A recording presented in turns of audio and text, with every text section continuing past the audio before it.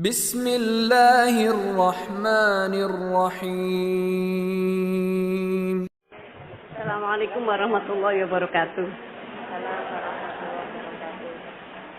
Terus badhe nyuwun pirsa, di era milenial para ibu-ibu, para emak-emak yang biasanya kan ibu-ibu sak menika arane emak-emak. Yang pada waktu masa lalu dereng mengenal dereng mengenal dan memahami perkembangan ilmu pengetahuan dan teknologi seperti saat sekarang, kadang-kadang merasa bingung. Ibu-ibu merasa bingung menghadapi tantangan pendidikan di masa sekarang ini. Peserta didik sekarang dituntut paham dan bisa mengoperasikan perangkat multimedia sosial supaya tidak tertinggal oleh perkembangan pendidikan yang sekarang ini perkembangannya sangat pesat. Sementara di sisi lain banyak informasi kurang mendidik yang bersumber dari perangkat multimedia tersebut. Ngeten, Gus. Ibu-ibu menika kadang-kadang bingung. Santri menika kan boten pareng beto HP. Tapi sekarang niku pendidikan memerlukan kita harus pakai HP. Nah, yang ibu-ibu itu mau mengikuti itu sudah kadang-kadang sininya sudah tidak nyambung. Diwarai WA mawon kadang-kadang mboten saged, nah mungkin kalau santri itu sudah mengunci HP-nya, kita tidak ngerti ini bagaimana caranya kalau dikunci, jadi tidak bisa. Terus bagaimana Gus caranya kita itu bisa mengarahkan anak-anak sehingga anak-anak itu walaupun pakai HP bisa bisa mempergunakan dengan sebaik-baiknya. Kadang-kadang di pondok itu sudah diberi jam, nanti jam segini ditumpuk. Tapi wong ya anak ya tetap anak, kadang-kadang ya diselipkan. Kemudian pertanyaan kita sebagai orang tua dari anak-anak kami, baik para santri atau anak kami sendiri, apa yang harus kita lakukan? Repot. HP saja tidak bisa, apalagi laptop. Padahal anak-anak itu kalau mencet itu sudah tahu apa-apa. Sedangkan kita yang tua tidak ngerti caranya mencet kadang-kadang. Kemudian bagaimana ini, supaya anak-anak itu juga bisa mengikuti zaman tapi selamat sehingga mereka bisa pinter dalam ilmu pengetahuan tapi juga hatinya selamat, bisa selamat di dunia dan selamat di akhirat. Matur suwun.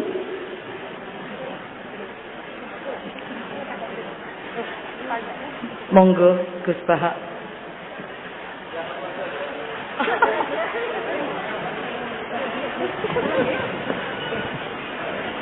Kula. Nggih. Ingkang utus Gus Bahak kula mboten wantun nolak nggih. Assalamualaikum warahmatullahi wabarakatuh.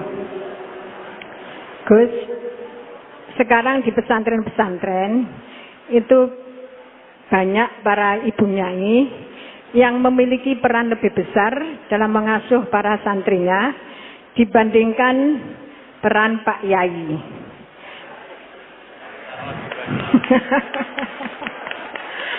Tapi ketika ada ibu nyai yang namanya tercantum sebagai pengasuh, masih banyak masyarakat yang memandang tabu ini Gus, atau tidak etis.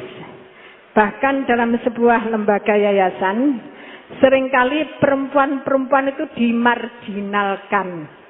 Padahal perempuan itu kalau diberi kesempatan luar biasa Gus, laki-laki kalah semuanya. Kadang pendapatnya itu tidak dihiraukan.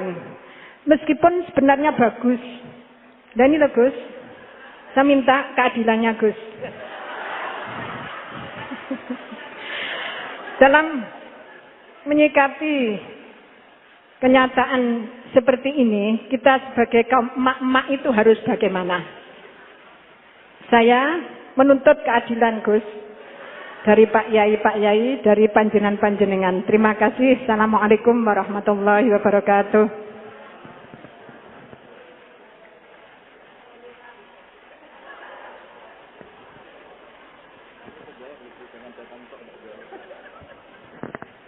Ya nanti yang ikut jawab Bu Gubernur ini kan masa mau jadi pemimpin tidak mau jawab problemnya. Sudah datang pakai helikopter, ada pertanyaan nggak mau jawab.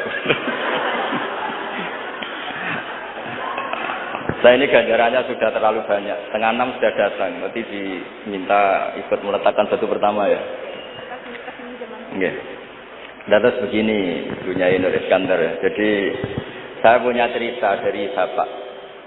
Juga cerita ini pernah dihentikan Mbah Mun. Ada filosofi ilmiah yang nggak bisa diganggu gugat. Ini harus kita camkan. Misalnya begini, al-insan abdul ihsan. Manusia itu pasti mudah diperbudak atau dikalahkan oleh kebaikan.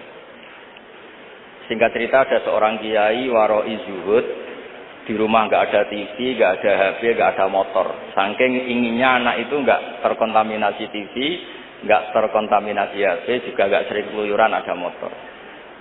Tapi apa yang terjadi? Anaknya ini malah pertama punya HP atau memakai HP, dipinjemin temannya. Kebetulan temannya itu tidak sholat. Pertama naik motor juga dipinjemin orangnya yang nggak sholat. Pertama tahu TV juga di tetangga, komunitas keluarga yang tidak sholat. Sehingga perasaan anak ini hanya punya utang jasa sama orang yang tidak sholat. Lama-lama kenangannya apa? Ternyata orang yang tidak sholat itu lebih manusiawi ketimbang yang sholat. Singkat cerita anak ini akhirnya nggak sholat. Ketika anaknya itu nggak sholat, orang tuanya itu coro Jawa itu tobat, minta maaf sama bapak, sama saya. Era kiai saya minta, karena melihat Mbah Maimun itu di rumahnya ya ada TV, bapak saya di rumah ada TV, juga ada motor. Ketika sowan, walhasil intinya diceritain. Kenapa banyak kiai alim yang longgar, di rumah ada TV, ada HP, ada motor. Ternyata karena jangan sampai anak kita pertama merasa utang jasa itu sama orang lain. Nah, kalau orang lain ini yang orang nggak benar bisa berabe kan. Nah pondok juga gitu, kalau terlalu ketat HP, terlalu ketat apa, ternyata HP ini barang mewah, barang wow. Kebetulan yang nilai orang lain. Dan akhirnya santri ini merasa utang jasa sama orang. Nah, ya kalau orang lain ini tepaan orang soleh, kalau enggak. Makanya ibu-ibu juga situ, senyum tuh barang mewah. Ternyata bapak-bapak kenangannya sama bakul kopi, tidak sama istrinya. Akhirnya yang diingat ya bakul kopi, karena senyum itu mewah. Ini sekaligus jawab pertanyaan yang Aina, minta keadilan. Saya juga minta keadilan. Ya itu sudah komplit, jawaban itu sudah. Pokoknya kita kondisikan al-insan abdul ihsan. Jadi itu tidak bisa ndak. Makanya ngelola anak-anak itu ya harus hati-hati, ngelola istri, ngelola suami, ngelola komunitas masyarakat. Kenapa dia itu harus dermawan? Kenapa orang baik harus dermawan? Kalau yang dermawan orang fasik, pasti orang fasik ini yang punya pengaruh, karena al-insan abdul ihsan. Makanya ini kembali lagi ke kitab Ar-Risalah tadi. Saya berkali-kali kalau ngaji bilang, tasodaku walau bitol kotiwajin. Kamu disuruh sodako meskipun senyum. Senyum itu dalam fikih formal dikatakan sunnah. Tapi dalam konteks sudah kompetisi, itu bisa wajib. Di rumah nggak pernah ada senyum, di warung kopi ada senyum terus. Kira-kira menang mana? Sama. Ketemu preman, disuguhi kopi, senyum. Sowan kiai diamu itok. Akhirnya masyarakat mau ke preman, karena di sini lebih dimanusiakan ketimbang kalau sowan kiai dimarah-marahin tok. Akhirnya konsep Nabi Tolkoti Wajin tidak lagi kita katakan sunnah, tapi wajib. Makanya berarti ibu-ibu senyum sama suaminya wajib. Tapi kalau disenyumin terus ya wong lanang ya udah blek itu dikira enggak pernah salah. Berarti marah juga. Ya sudah, enggak usah diwajibkan, sudah dilakukan alhamdulillah. Jadi menurut saya, ngadepi fenomena sosial apapun, kita harus punya kaidah ilmiah yang permanen, yaitu al-insan abdul ihsan. Semuanya fikih, semuanya solusi, semuanya teori itu pasti kembali ke situ. Kalau kita lebih menarik karena ihsan kita, pasti orang ke kita. Tapi kalau kita jeblok secara sosial, ya dibayangkan Allah itu, walaupun tafadzul lidal qalbi lan faddu min hawli. Kalau seorang pemimpin itu kok wangkot, angkuh, tidak simpatik, pasti lan faddu min hawli. Pasti orang itu bubar. Jadi itu jawaban umum, tapi insya Allah menjadi solusi untuk mengelola anak kita. Saya sampai sekarang itu ya biasa ngedusi anak saya, jalan-jalan sama anak saya, supaya utang jasanya anak itu sama orang tuanya. Istri saya itu keluarga Sido Kiri. Itu saya pernah bilang, kalau anak saya minta uang jajan, meskipun saya tidur agar dibangunin oleh anak saya.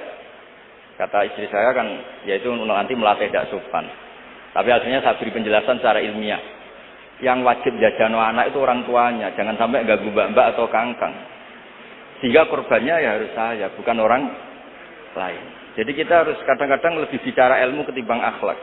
Apa artinya anak kita berakhlak sama orang tua, tapi anak kita pas mau jajan ngel-ngel orang lain. Nah, hal-hal seperti itu supaya apa? Anak kita punya kenangan. Saya bisa jajan karena bapak saya. Saya bisa jajan karena dituruti bapak saya. Tapi kalau kenangannya sama tetangga, dan kebetulan tetangga kita misalnya kurang baik, maka nurutnya sama tetangga yang kurang baik ini. Jadi ini menurut saya, ini karena masalah ijtihad. Neng ana boleh gak setuju ya, karena ini masalah ijtihad. Tapi harus setuju, satu-satu juga nggak orang dituruti fatwane kan. Tapi jelas kaidahnya itu tadi pegang, al-insan abdul ihsan. Sehingga kita bisa ngelola gimana orang-orang baik itu berjasa. Makanya ngendikane Rasulullah sallallahu alaihi wasallam masyhur itu, inna hadzal din irtadaituhu li nafsi wa la yusiha li hadzal dini illa sakha wa husnul khuluq. Agama ini sudah final. Cuma yang bisa mengawal agama ini hanya dua, yaitu dermawan dan husnul khuluq. Jangan sampai orang lain yang enggak benar lebih berempati, lebih dermawan, sementara yang soleh kurang dermawan atau kurang empati. Sehingga kompetisinya orang soleh ini kalah. Ya, saya kira demikian. Ini mun terakhir, mun assalamualaikum warahmatullahi wabarakatuh.